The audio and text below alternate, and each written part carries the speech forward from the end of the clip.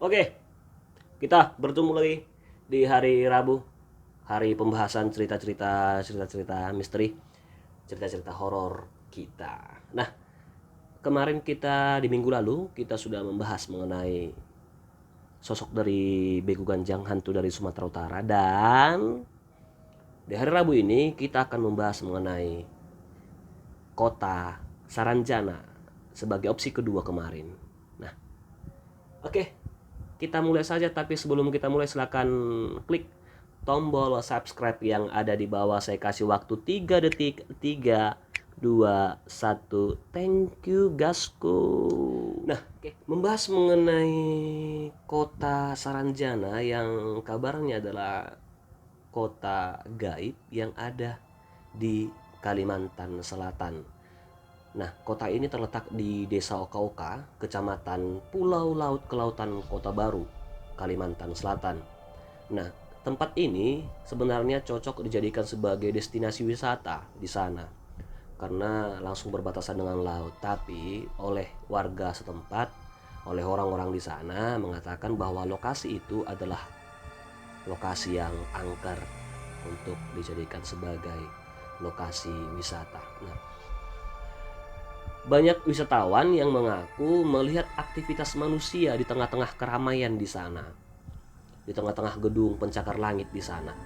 Namun begitu semakin dekati ke sana, pemandangan berganti menjadi gunung dan pepohonan yang langsung berbatasan dengan laut. Dari jauh kita lihat kan, ramai tuh orang, megah tuh kotanya. Tapi begitu kita dekat, yang ada apa? Yang ada hanya hutan belantara, hanya bukit dan hanya pepohonan yang langsung berbatasan dengan laut. Kabarnya sih seperti itu. Nah, yang menjadi misterinya lagi adalah bahwa kota Saranjana ini tidak tercantum dalam peta Indonesia maupun peta dunia tentunya. Namun pada tahun 1845 seorang naturalis asal Jerman, Salomon Muller, membuat peta berjudul dalam bahasa Jerman tentunya dan sangat susah cara menyebutkannya, peta wilayah pesisir dan pedalaman Borneo, yang menggambarkan sebuah wilayah bernama Tanjung Huk Saranjana. Tanjung ini terletak di sebelah selatan pulau laut berbatasan dengan wilayah Pulau Kerumputan dan Pulau Kijang. Mantap ya. Pada tahun 1845, ada seseorang yang sudah menulis atau memetakan mengenai kota Saranjana ini pada tahun 1845, yaitu si Salomon Muller tadi. Nah, sumber lain juga mengatakan, menjelaskan tentang Saranjana adalah si Peter Johannes Vet dalam buku yang dalam bahasa Belanda juga, halaman 252.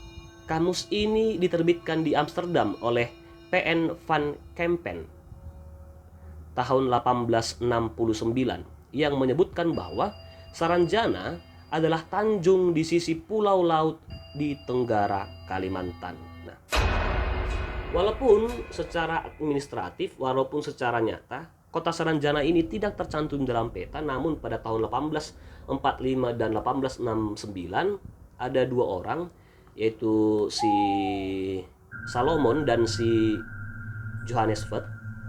Itu mereka pada tahun itu sudah menuliskan mengenai kota. Itulah yang terjadi di sana. Mungkin bagi sebagian orang kota Saranjana ini masih asing bagi dia, tapi bagi masyarakat di sekitar sana, bagi masyarakat di Kalimantan Selatan, di Kota Baru, perihal mengenai kota Saranjana ini adalah hal yang sudah lama mereka dengar. Kabarnya juga adalah kota Saranjana ini memiliki bentuk pemerintahannya sendiri, yaitu berbentuk kerajaan. Cerita mengenai Saranjana ini sudah melegenda di sana. Karena ada beberapa hal gaib yang beredar dari mulut ke mulut tentang kota Saranjana dan makhluk tak kasat mata sebagai penghuninya. Nah, banyak yang meyakini bahwa orang-orang yang berada di sana, orang-orang yang berada di sekitarnya itu hilang. Diyakini mereka itu masuk ke kota Saranjana. hal-hal mistis apa yang terjadi di sana, hal-hal gaib apa yang terjadi di sana. Sangat banyak tentunya, sangat banyak. Dan sudah saya rangkum dari beberapa artikel, dari beberapa bacaan, dari beberapa video yang saya lihat. Ya, kita mulai saja membahas mengenai kejadian-kejadian aneh yang ada di kota Saranjana.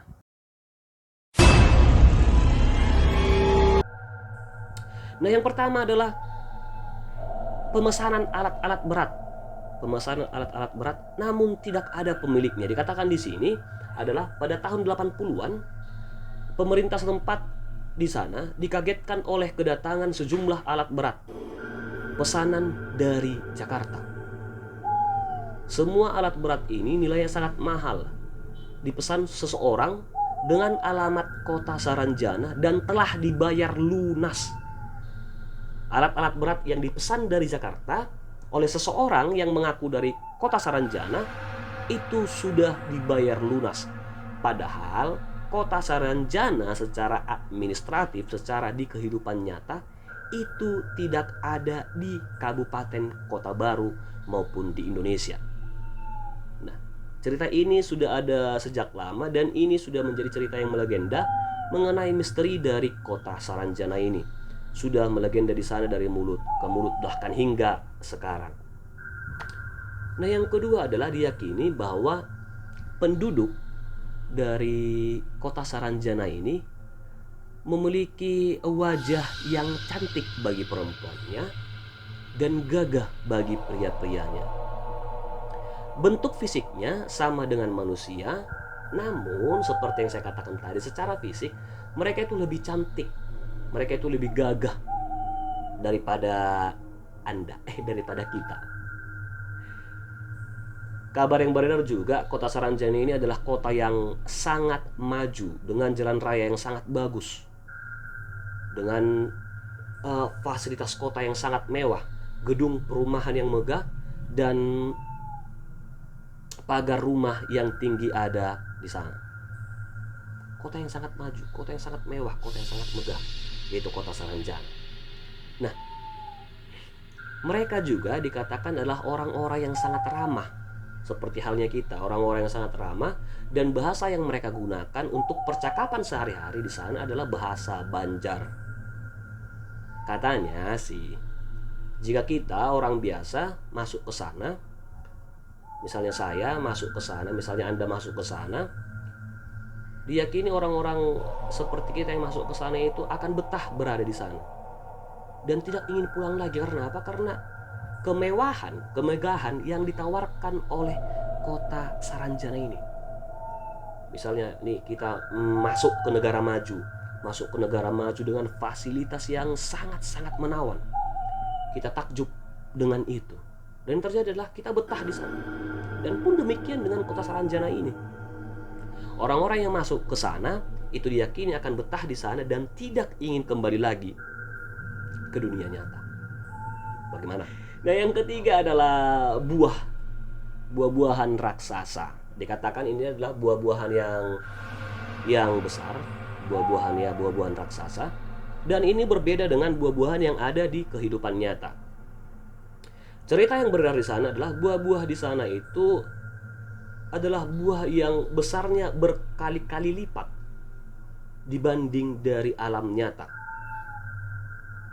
Jenis buah-buahan yang mereka punya di sana sama dengan yang kita punya di dunia nyata. Namun perbedaannya adalah dari bentuk ukurannya. Misalnya buah pisang yang ada di kota Saranjana itu besarnya mungkin segini, ya kan? Mungkin segini, kira-kira segini, ya kan? Namun pisang yang ada di kita di kehidupan nyata mungkin ukurannya hanya segini.